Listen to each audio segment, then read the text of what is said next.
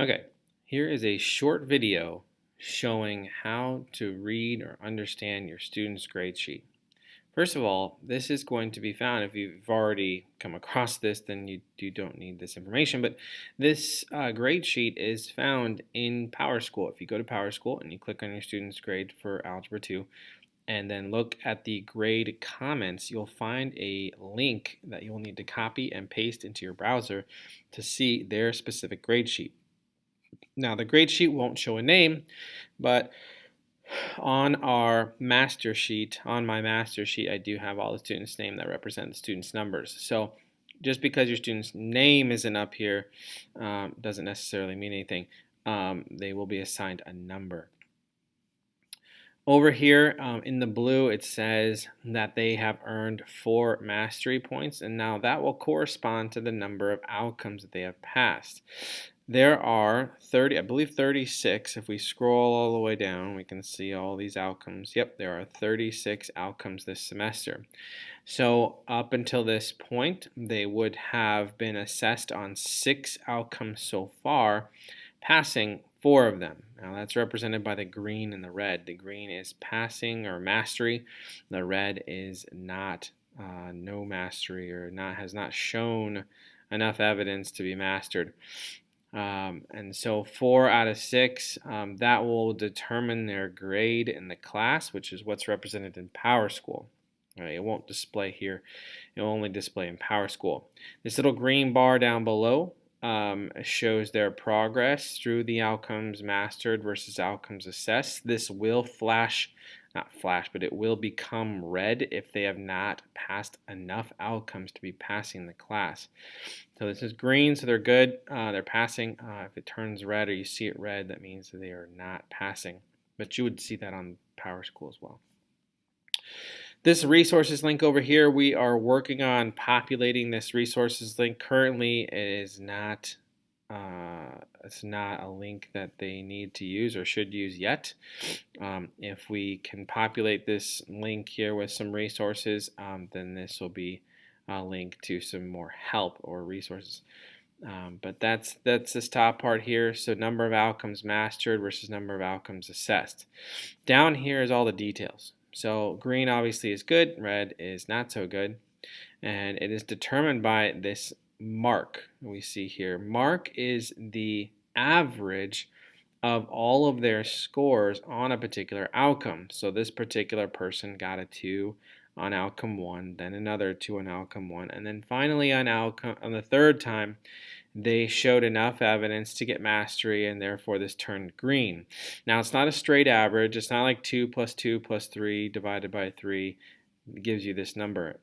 It's called a decaying average, but what that means is it will pay more attention to the most recent assessment.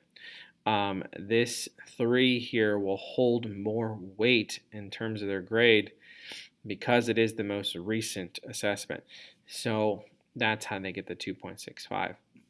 Now the same thing can be shown here if they showed mastery the first time, showed mastery the second time, but maybe the third time they just had a little hiccup, they got stuck on one particular problem, and this would give them a 2, but because of the previous 2 times showing mastery and then having this 2 here, it still gets them above that mark. The minimum for mastery is a 2.35, so that is just right there. So something to pay attention to. Now, unlike these two, this one showed a 1 and a 3. Okay, just to give you a little insight into the scoring, a 3 obviously is mastery. It means they've shown they know what they're doing, they're getting answers correct. That is mastery.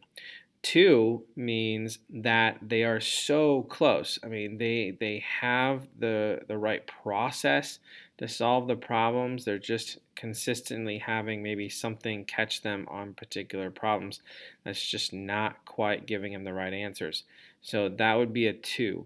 A 1 means they may have gotten the problem started, but then they had no idea what to do from there. The work is not correct, therefore the answer is not correct. And so that would give them a 1.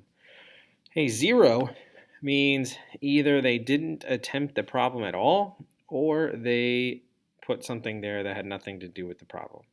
So that's where you would see a 0. A lot of times kids, if they have no idea what they're doing, they may just leave the problem blank, but that would give them a 0. So with having a 1 where they didn't know anything, I mean they really didn't know how to do any of the problem, and then showing mastery, it doesn't quite give them the 2.35 that they need. So what we ask for is one more proof or evidence that they know what they're doing to get that above 2.35, to show that they didn't know what they're doing, they know what they're doing, and yes, this is another piece of evidence to show that. Same thing here with not mastering it twice and then mastering it. We're going to ask for one more piece of evidence. As you can see here, it's not quite to 2.35. And then obviously 3s and 2 and a 3. So these will light up green when they have it mastered and red when they don't. They'll also get badges, which doesn't really make a difference. And then over here, they'll see the last time that was put in the grade book. Now this is important because I get a lot of questions as, did you put my retake in or my reassessment in? And so often they can look over here at the grade when it was last put in, and so they can see if the grade has been updated or not.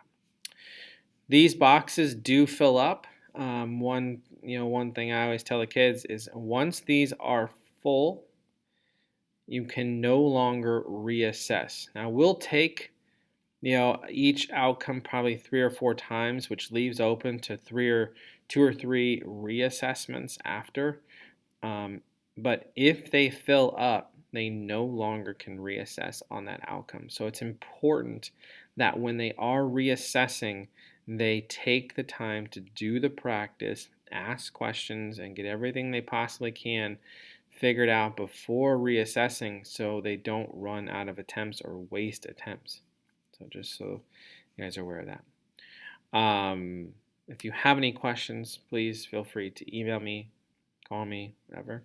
And I hope you and your child has a good experience in this classroom, and we have a good semester. Thanks.